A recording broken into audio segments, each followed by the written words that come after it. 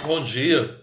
Continuando a conversa que a gente está tendo na nossa série sobre superfície de aplanamento, hoje eu vou tentar explicar para vocês o que seria a teoria da etiplanação, que talvez seja, na atualidade, a mais famosa e aceita, né, a que melhor explica a gênese, morfogênese das superfícies aplanadas. Não a última, eu não tenho a pretensão aqui de falar de todas as teorias, mas só das principais.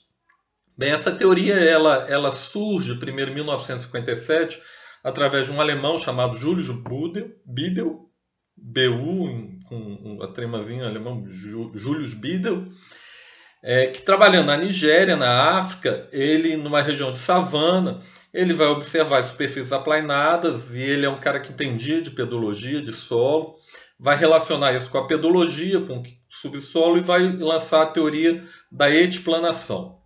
Essa teoria depois recebe contribuições também. Ela não é acabada com Julius Biedel. Talvez a pessoa mais famosa que contribuiu para ele foi o Michael Thomas, um britânico, um escocês, que teve várias vezes, inclusive no Brasil, e escreveu um livro famoso no Brasil nos anos 90, que era o Tropical Geomorphology. Bem, qual que é a ideia da teoria? O Biedel vai defender o quê? Que não pode ser nem um clima classicamente úmido, nem classicamente seco para gerar uma superfície de aplanamento. Por quê? Porque o classicamente úmido, você não tem você acaba formando uma mata, como a floresta amazônica, com uma rede de drenagem densa e às vezes pequenos morrotes, um no meio do outro. E o seco, se você não tem água, você não tem temperismo, você não apodrece a rocha. Sem apodrecer a rocha, como é que você vai remover quantidades imensas de material a arrasar pela erosão? Então ele entende que tem que ser um clima tropical semi-úmido, com estações secas, né, que varia aí entre 3 a 9 meses, idealmente 6 meses úmidos e 6 meses secos. Por quê? Porque você teria chuva suficiente para apodrecer a rocha e gerar um manto de alteração erosível para aplanar o relevo. Então, se apodrece a rocha e tem material para ser erodido e aplanar.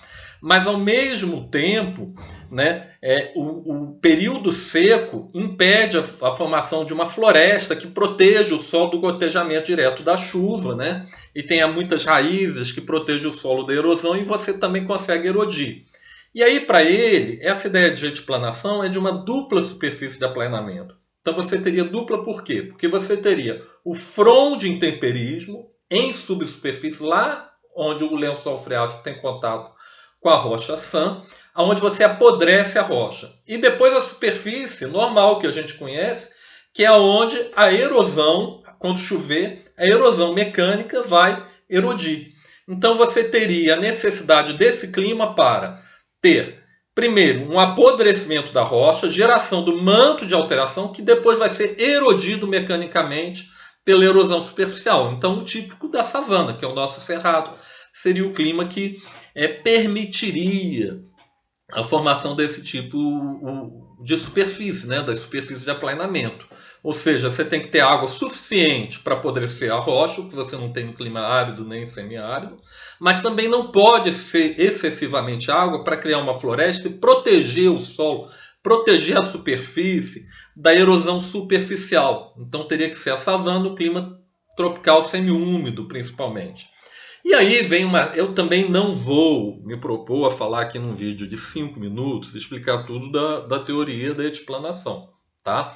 Então eu recomendo que vocês leiam. Eu estou indo aqui nos hotspots, para mim, aqueles que são os hotspots.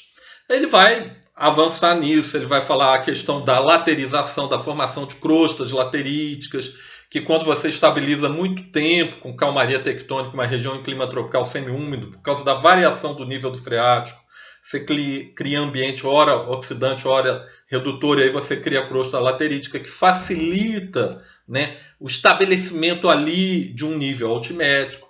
Ele vai falar que até por causa dessas crostas lateríticas você pode formar um mesmo ciclo de aplanamento, o mesmo período de aplanamento pode formar superfícies topograficamente um pouco diferentes de altitude.